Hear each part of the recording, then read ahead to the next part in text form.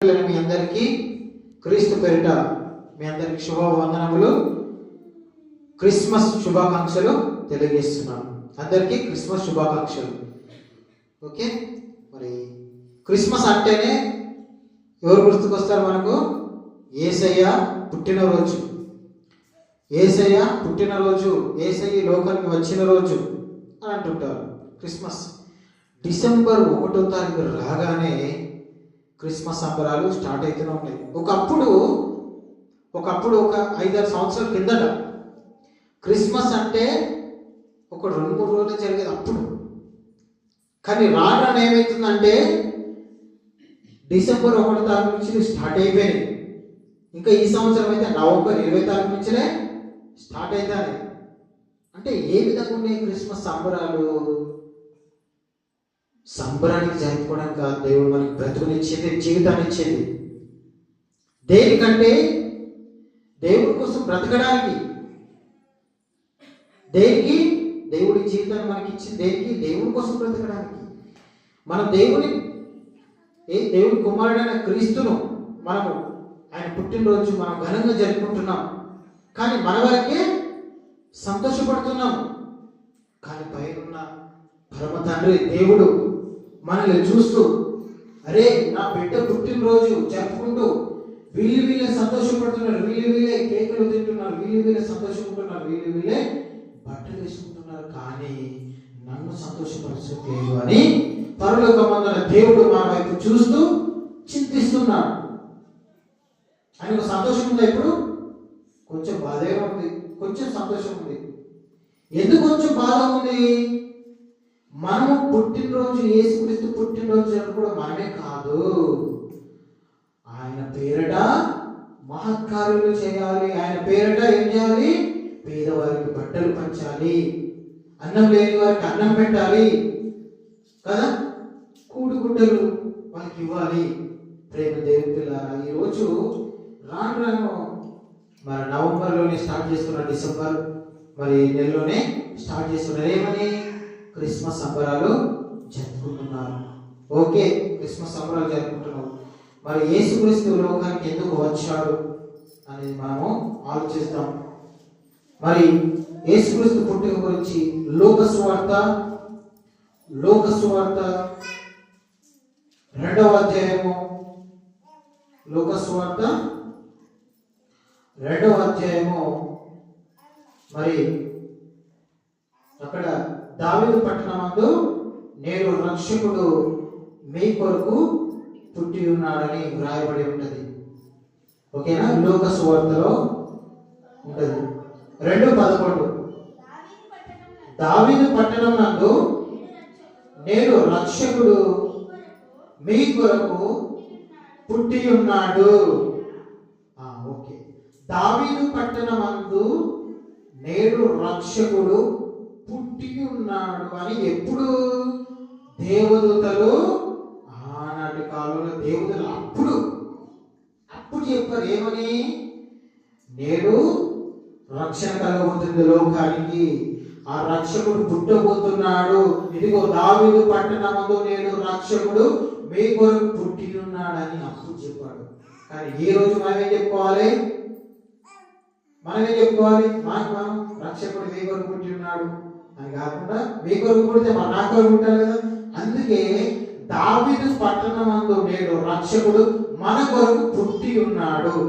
ఎంత మంచిది, అంతే కదా. అంటే దేవుదూతలు అప్పుడు ఆనాటి కాలంలో వారు చెప్పింది, నేడు రక్షకుడు మీ కొరకు పుట్టి ఉన్నాడు, ఈ లోకానికి రక్షణ కలగబోతుంది, పాపులను రక్షించడానికి మహాదేవుడు పుట్టబోతున్నాడని దర్శనము చెంది. ప్రేమ దేవులారా, మనం కూడా ఈరోజు ఏమని ప్రకటించుకోవాలంటే, దావీదు పట్టణమందు రక్షకుడు మన కొరకు పుట్టి ఉన్నాడు. ఎప్పుడో జగత్తు పునాది వేయబడుకుంటే ఎప్పుడో పుట్టి ఉన్నాడు. ఎక్కడ పుట్టి ఉన్నాడు? దేవుడు భూమి ఆకాశములను కలుగచేయక మునుపే, జగత్తు పునాది వేయబడకున్నట్టు యేసు యొద్ద ఉన్నాడు. ఏ దేవుని యొద్ద ఉన్నాడు? ఎవరు? యేసుక్రీస్తు. ఎక్కడ ఉన్నాడు? దేవుని యొద్ద. ఆది కాలంలోనే దేవుని యొక్క ఉన్నాడు. ప్రేమ దేవుని పిల్లలారా, అంటే సృష్టిని రవ్వంత చేయమునకు, అంటే ఈ నేల పుట్టకమునకు, ఈ భూమి పుట్టకమునకు, ఆకాశమే పుట్టకమునకు యేసు ఎక్కడున్నాడు? ఎక్కడున్నాడు యేసుక్రీస్తు? దేవుని దగ్గర ఉన్నాడు. అప్పుడు దేవుడు మరి ఈ భూమిని చూసినప్పుడు, ఈ భూమి కింద చూసినప్పుడు మహాపాపం కలుగుతుంది. పాపం అంతా పండిపోతుంది కదా. మరి 2020 సంవత్సరంలో ఏమైంది? 2020 సంవత్సరంలో ఏమైంది? కరోనా వచ్చింది కదా. చాలా మంది చనిపోయారు, చాలా మంది చచ్చిపోయారు కరోనా వల్ల.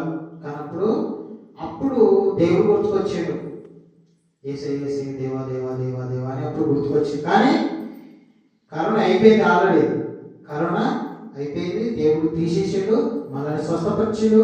కానీ కరోనా అప్పుడు మనకేమో దేవుడు గుర్తుకొచ్చాడు, ఇప్పుడేమో గుర్తుకొస్తాడు. దేవుడు చూస్తాను. అందుకనే పైనుంచి బిడ్డ జాగ్రత్త, బిడ్డ జాగ్రత్త అని దేవుడు పైనుంచి చెబుతున్నాడు. ఏమని? ఇదిగో అతి భయంకరమైన దినము వస్తుంది, అతి భయంకరమైన దినం రోజులు వస్తున్నాయి. వర్షాకాలం ఏ విధంగా వస్తున్నాయి? వర్షాలు అతి భయంకరంగా వస్తున్నాయి. ఇల్లు కొట్టుకుపోయే వర్షాలు వస్తున్నాయి కదా. ఇల్లు కొట్టుకుపోయే వర్షాలు వస్తున్నాయి, బంగాళాలు కొట్టుకుపోయే వర్షాలు వస్తున్నాయి. ఎండలు ఏ విధంగా అవుతున్నాయి? ఎండకు చచ్చిపోతారు, వానకు చచ్చిపోవడే, చలికి చచ్చిపోవడే. దేవుడు పెట్టిన కాలంలో ఏ కాలాన్ని కానీ మనం ఓడ్చుకోలేము, అంతేనా? చలికాలం ఉన్నది, కొందరికి చలికాలం ఇష్టం. చలిలో పోతా అంటే ఏమంటారు? మీ అమ్మ చలిపోవాడు కదా, గింతగానం పెడుతుంది కదా కదా, రోజు గింతగానం పెడుతుంది, చెప్పలు పలుకుతాను గొప్ప అని అనుకుంటారు. చలి అంటే చలి కోర్చుకోలేము. ఎండాకాలం అయితే ఎక్కడైతే ఎండ మన నీడగా చెట్లు ఉంటే అక్కడ పోయి మనం నీడకుంటాం. ఎందుకు? నోరు ఆరిపోతా ఉంటుంది. ఎండకి ఎక్కువసేపు ఉండలేము. ఎండకి ఎక్కువసేపు ఉన్నా పుట్టుకుంటాం, పోతాం ఇక ఎప్పుడే. కానీ ఎండకు కోర్చుకోలేము. వానకు దక్షిణ ఏదైనా కరెంటు స్తంభాలున్నా వాటికి ఇట్లా టచ్ చేసినా కూడా పౌడే. అంటే తగు జాగ్రత్తలు మనం తీసుకోవాలి. దేవుడు సృష్టిలో 3 కాలాలు ఉన్నాయి. అవి చలికాలము, ఎండాకాలము, వర్షాకాలము. అంటే 3 కాలాలు గడిస్తేనే సంవత్సరం గడిచినట్టే. ఇప్పుడు మనం ఏ కాలంలో ఉన్నాం? చలికాలంలో ఉన్నాం, అంతేనా? చలికాలం వచ్చిందంటే అబ్బాయి యేసుప్రభు పుట్టిండు అని అప్పుడు తూర్పు దేశం జ్ఞానులు ఆ నక్షత్రాన్ని చూచుకుంటా వెళ్ళి యేసు వద్ద నమస్కరించారు. నమస్కరించి ఏం చేశారు? సాంబ్రాణి, పూలమును, బంగారమును ఆయనకు సమర్పించారు. ఎవరికి? యేసయ్యకు. మరి నేటి పరిచర్యలు ఏమంటారు? బాలుడని యేసు, బాలుడని యేసు, బాలుడని యేసు అంటే యేసుక్రీస్తు బాలుడా? శరీరధారి, కృపా సత్య సంపూర్ణుడై మన మధ్య నివసించెను. వాక్యమే యేసు. ఆ యేసే శరీరధారి అయి కృపా సత్య సంపూర్ణుడుగా మన మధ్యలో నివసించెను. ఒక వాక్యం చదువుకుందాము. యేసుక్రీస్తు ఎక్కడ ఉన్నాడు, ఎవరి యొద్ద ఉన్నాడని మనం చదువుకున్నాం. యోహాను సువార్త 1వ అధ్యాయము 1వ వచనం. యోహాను సువార్త 1వ అధ్యాయము 1వ వచనం. ఆదియందు వాక్యము ఉండెను, వాక్యము దేవుని యొద్ద ఉండెను, వాక్యము దేవుడై ఉండెను. ఆయన ఆదియందు దేవుని యొద్ద ఉండెను, సమస్తము ఆయన మూలముగా కలిగెను. కలిగి ఉన్న దేని ఆయన లేకుండా కలగలేదు. ఏమంటారు బైబిల్లో? ఏమంటారు? ఏం చెప్తాను బైబిల్లోనే? యేసుక్రీస్తు ఎప్పుడు పుట్టిండు? జగత్తు పునాది వేయబడక మునిపే దేవుడు ఎంత ఉన్నాడు. ఎవరు? ఆది యందు వాక్యం అంటే ఎవరు? యేసు కదా. ఆది యందు యేసు ఉండెను, యేసు దేవుడి యందు ఉండెను, యేసు దేవుడై ఉండెను. ఆయన ఆది యందు దేవుని యొద్ద ఉండెను. సమస్తం అంటే ఏంటిది? భూమి మీద ఏం కలిగినాయి? పక్షులు, జంతువులు, జలచరాలు, మనము, మనుషులము, చెట్లు, పెద్ద నీళ్లు, సముద్రాలు, జలాలు, సమస్తము, ఆకాశము, భూమి, సమస్తము ఆయన లేకుండా కలగలేదు. ఇప్పుడు చెప్పండి, యేసుక్రీస్తు ఎప్పుడు పుట్టిండు? చెప్పాలి. జగత్తు పునాది వేయబడితే ముందు పుట్టిండు యేసుక్రీస్తు. కాకపోతే మనం సంబరాలు చేసుకుంటున్నాం, ఓకే కాదంటున్నాం. కానీ మన సంబరాలు ఏ విధంగా చేసుకోవాలంటే, దేవుడు అంటే తెలియని వారికి ఎందరో ఉన్నారు. వారంతా తెలియక పాపాలు చేస్తూ నరకానికి పోతాము. అసలు వారిని ఏం చేయాలి? మనం లాగాలి నరకం నుండి వాళ్ళు పోతాంటే మనం తీసుకురావాలి, చర్చికి తీసుకొచ్చి వారిని మరి ఇదిగో దేవుడు సృష్టించిన సృష్టిలో అతి భయంకరమైన రోజులు వస్తాయి, మంచి బ్రతకాలి, నువ్వు పాపం చేస్తే ఇదిగో యేసే ఉన్నాడు, మనల్ని స్వస్థపరుస్తాడు, ఆయన రక్తము మన ప్రతి పాపం నుండి విముక్తి కలుగుతుంది, యేసే నమ్ముకోవాలి, యేసే నమ్ముకుంటే మన పాపాలు పోతాయి, మన పాపాలు క్షమించబడతాయని వారిని ఆ విధంగా వారిని చెబుతూ దేవుని సన్నిధికి మనం తీసుకురావాలి. అంతేనా? మనం తీసుకొస్తే వాళ్ళని రక్షిస్తే అప్పుడు దేవుడు అబ్బా నా బిడ్డ ఒక పాపిని రక్షించింది, ఇంతకంటే సంతోషము నాకేమీ లేదు. ఎవరు సంతోషిస్తారు? అప్పుడు పరలోకమందున దేవుడు సంతోషిస్తారు. ఏమని? ఎంతకంటే మిక్కిలైన సంతోషం నాకు ఎక్కడ దొరుకుతుంది? ఒక పాపిని రక్షించడే ఆయనకు సంతోషము. నేడు ప్రపంచ ప్రజలందరూ క్రిస్మస్ పేరట కొందరు మరి ధర్మాలు చేస్తుంటారు. భోజన ధర్మము, కొందరు వస్త్ర ధర్మం చేస్తుంటారు, కొందరు మంచి కార్యక్రమాలు చేస్తున్నారు. కానీ కొందరు అయితే మరి క్రిస్మస్ రాగానే మరి సంబరాలు చేసుకుంటూ చర్చిలలో డ్యాన్స్ వేసుకుంటూ, ఇవి కాదు ప్రేమ దేవుని పిల్లలు, ఇవి కాదు. ఆయన ఇష్టపడటం వేటిని ఇష్టపడతాడు? ఒక పాపిని రక్షించుడే, ఒక పాపిని మన దేవుని మందిరం తీసుకొస్తేనే దేవుడు సంతోషిస్తాడు. ప్రేమ దేవుని పిల్లలు, యేసుక్రీస్తు పుట్టి నేటికి 2025 సంవత్సరాలు, అంటే పుట్టి జగత్తు పునాది వేయబట్టే ఆయన పుట్టాడు. కానీ క్రీస్తు ఈ లోకం వచ్చింది ఎప్పుడంటే 2025 సంవత్సరాల కిందనే యేసుక్రీస్తు వచ్చాడు. నేను ఇదిగో మరల త్వరగా వస్తున్నానని చెప్పి మళ్ళా వెళ్ళిపోయాడు. మళ్ళీ ఆయన ఎప్పుడు వస్తాడు? మళ్ళా ఆయన రాకడ తొందరగానే ఉన్నది. ఆయన రాక ఎప్పుడు ఉన్నది? తొందరగా ఉన్నది. ఆయన రాకడ వచ్చే ముందు అతి భయంకరమైన రోజులు వస్తుంటాయి. ఎండలు బాగా కొడుతుంటాయి, చలి బాగా పెడుతుంటుంది. అసలు మనము ఊహించలేము. ఊహించినప్పుడు అందరూ మంచిగా ఉంటాం, అందరం అప్పుడు మంచిగా సంతోషంగా మంచిగా పండుగలు చేసుకుంటాం. అప్పుడు వస్తాడు దేవుడు. యేసుక్రీస్తు ఎప్పుడు వస్తాడు? అప్పుడు వస్తాడు. ఇప్పుడు చుట్టాలు మన ఇంటికి ఎవరన్నా చుట్టాలు వస్తారు అనుకోండి, అరే వస్తానని అసలు నేను ఎక్స్పెక్ట్ చేయలేదు, వస్తానని ఊహించలేదు, అప్పుడే వచ్చినావా? చుట్టాలను మనం చెప్పకుండా మన ఇంటికి వస్తారు.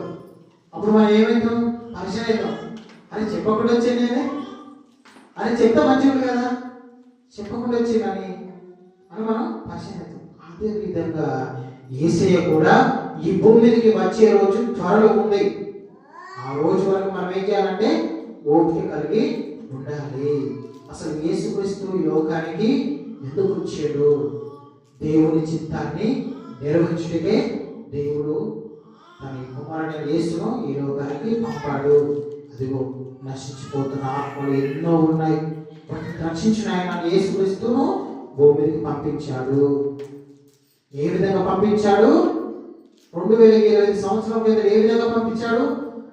మరియ గర్భాన మరి పరిశుద్ధాత్మతో మరియా గర్భము దాల్చింది. అంతేనా? పరిశుద్ధాత్మ సహాయంతోనే మరియ గర్భం దాల్చింది. అప్పుడు యేసుక్రీస్తు పుట్టాడు. ఏ విధంగా లోకానికి వచ్చి రక్షించాడు. ఎవరిని రక్షించాడు? నశించిపోతుంది ఎన్నో ఆత్మలు పాపులను రక్షిస్తేనే మనం ఈ విధంగా ఉన్నాం ఇప్పుడు. అంతేనా? యేసుక్రీస్తు రక్షణ ఉంటేనే ఈ విధంగా మనం బ్రతుకుతున్నాం. నిజంగా చెప్పండి, నిజంగా ఈ లోకంలో పాపం చేసిన వాళ్ళను రక్షించే వాళ్ళు ఎవరు ఉన్నారా? ఎవరు లేరు. శిక్షిస్తోలే. అందుకే పోలీస్ స్టేషన్లు ఉన్నాయి, అందుకనే ఇంకా చాలా ఉన్నాయి, జైళ్ళు ఉన్నాయి, ఇంకా చాలా మరి కోర్టులు ఉన్నాయి, అన్నీ ఉన్నాయి. ఎందుకు? శిక్షించడానికి. కానీ క్షమించేది ఎవరంటే మన యేసయ్య ఒక్కడే. నిజం చెప్తున్నాను, మనయ యేసయ్య ఒక్కడే. ఎన్ని పాపాలు చేసినా, ఎన్ని ఘోరములు చేసినా, ఎన్ని నేరాలు చేసినా క్షమించేది మన యేసయ్య. ఎందుకంటే దేవుడు తన కుమారుని ఈ లోకానికి పంపించాడు. దేవుడు తన కుమారుని శిక్షించాడు. శిలువలో శిక్షించి తన ప్రాణాన్ని శిలువలో బలియాగం చేశాడు. ముగించుకున్నాము. యేసుక్రీస్తు ఎందుకు వచ్చాడు ఈ లోకానికి? పాపిని రక్షించడానికి, తన తండ్రి అయిన దేవుణ్ణి మహిమపరచడానికి, తన చిత్తాన్ని నెరవేర్చడానికి, తన ఇష్టాన్ని నెరవేర్చడానికి భూమికి వచ్చాడు. ఒక్క వచనం చూసుకొని మనం ముగించుకున్నాం. హెబ్రీయులకు రాసిన పత్రిక 10వ అధ్యాయము. హెబ్రీయులకు రాసిన పత్రిక 10వ అధ్యాయము, క్షమించండి, 7వ అధ్యాయము 10వ వచనం. 7వ అధ్యాయము 10వ వచనం. ఒక్క నిమిషం.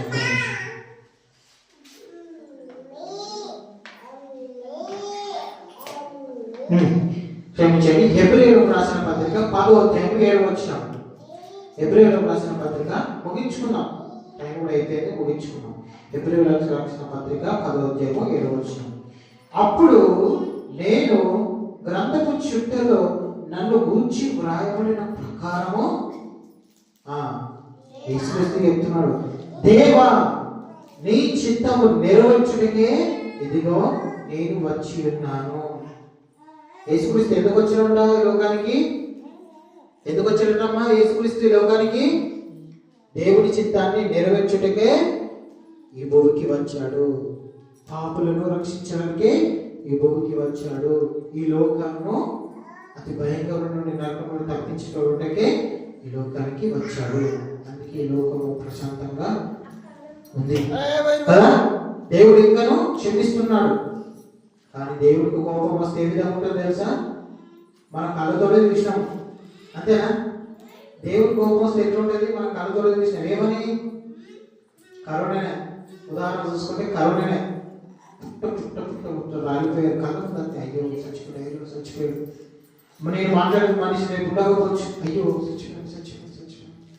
అంటే ఈరోజు మనది కాదు పిల్లలు, ఈ రోజు అనేది మనది కాదు.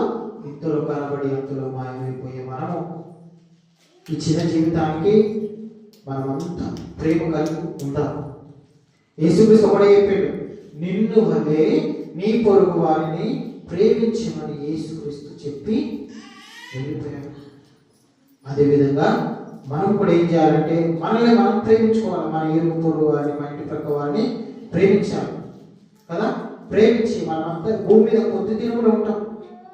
ఆ దినం వరకు మనము వేచి ఉండాలి. దేవుని కోసం బ్రతకాలి. ప్రతి ఆదివారం దేవుని మాటలు నేర్చుకున్నాము.